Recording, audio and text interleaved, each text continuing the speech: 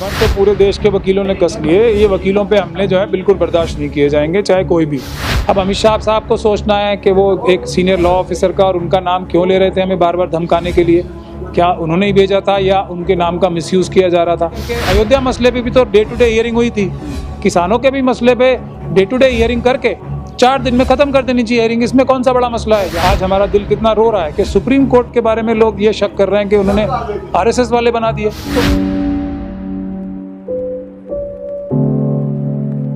खबर तो पूरे देश के वकीलों ने कस लिए। ये वकीलों पे हमले जो है बिल्कुल बर्दाश्त नहीं किए जाएंगे, चाहे कोई भी हो। क्योंकि वकीलों पे हमले का मतलब है न्याय के ऊपर, यानी इंसाफ के ऊपर हमला, भारत की अदलिया के ऊपर हमला। वो वकील कभी बर्दाश्त नहीं करेंगे।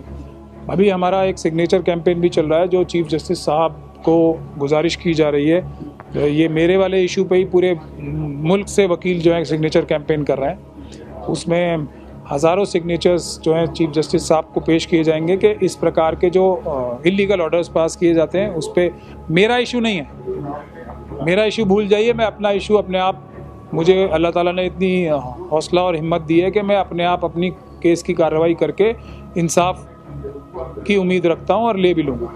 मगर एक आम वकील के खिलाफ, जो वकील, जो बार है, जो वकील इंस्टीट्यूशन है, जो वकालत है, उसके ऊपर हमला बर्दाश्त नहीं किया जाएगा।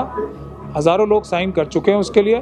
चीफ जस्टिस साहब को पेश किया जाएगा कि अदालतें जो हैं वो वकीलों के खिलाफ कम से कम इस प्रकार के इलीगल ऑर्डर करने से पहले उसको बार को कॉन्फिडेंस में लेना चाहिए और जो कानून है उसका पालन किया जाना चाहिए। पुलिस के दबाव में आके ऑर्डर नहीं किए जाने चाहिए। एक बात तो ये।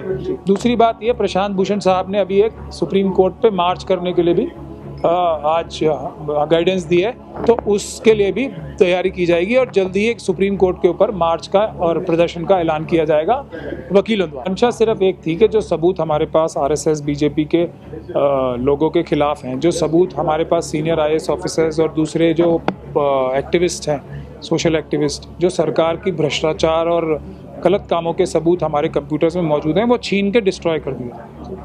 उसमें तो हमें उन्हें कामयाब नहीं होने दिया, लेकिन वो हैक करके हमारा कंप्यूटर तक तोड़ भी लिया था एक बार। तो वो सब कार्य तो वो कर चुके हैं। जो डकैती की डकैती का जुर्म बनता है, जो पुलिस ऑफिसर्स थे, हमने उसकी कंप्लेंट दे भी रखी है एक डकैती की, लेकिन हमारी कंप्लेंट तो आप लोगों को पता है कोई करेगा ही नहीं। हम अदालत से कराएंगे। उन लोगों ने हमारे खिलाफ, जबकि हमने ही 100 नंबर पर फ़ोन करके पुलिस को बुलाया था, फिर भी हमारे खिलाफ एक और झूठी एफआईआर निज़ामुद्दीन थाने में करी ली है कि हमने पुलिस पार्टी के साथ मारपीट की और उन्हें गालियां दी। अब देखिए, अगर ऐसा होता तो वीडियोग्राफी तो कोर्ट ने करा रखी है। वीडियोग्राफी छुपा रही है पुलिस, भाग रही है देने से। तो अगर मैंने मारपीट की थी तो वो कैमरा सब वीडियो दे दें, दुनिया देख लेगी कि हमने ज्यादती की थी या पुलिस ने अमित शाह साहब के कहने पर ज्यादती की थी, क्योंकि उसमें अमित शाह साहब का नाम उन्होंने बार बार लिया। तो ये अब अमित शाह साहब को सोचना है कि वो एक सीनियर लॉ ऑफिसर का और उनका नाम क्यों ले रहे थे हमें बार बार धमकाने के लिए। क्या उन्होंने ही भेजा था या उनके नाम का मिसयूज़ किया जा रहा था?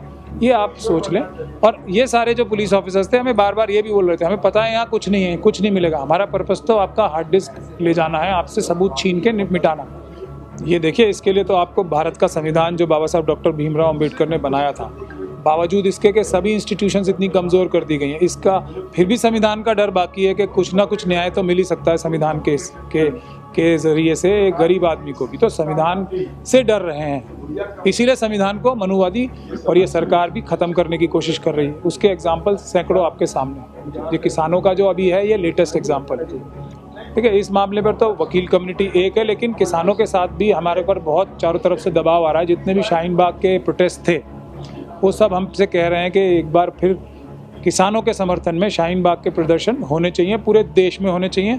तो हम उसका भी बहुत जल्दी ऐलान करने वाले हैं, ताकि देखिए, क्योंकि हर एक समाज, ख़ास तौर पे जो गरीब तबका है, जो SC, ST, OBC और माइनॉरिटीज़ हैं, अब जब अडानी अंबानी किसानों का सामान खरीद लेंगे, उनकी ज़मीनें छीन लेंगे और जब वो प्राइस डिसाइड करेंगे, तो हम सब भूखे मरेंगे। ये बात आप लिख लीजिए, पूरे देश की जनता भूखे मरेगी। या तो 1 रुपये की चीज़ 100 रुपये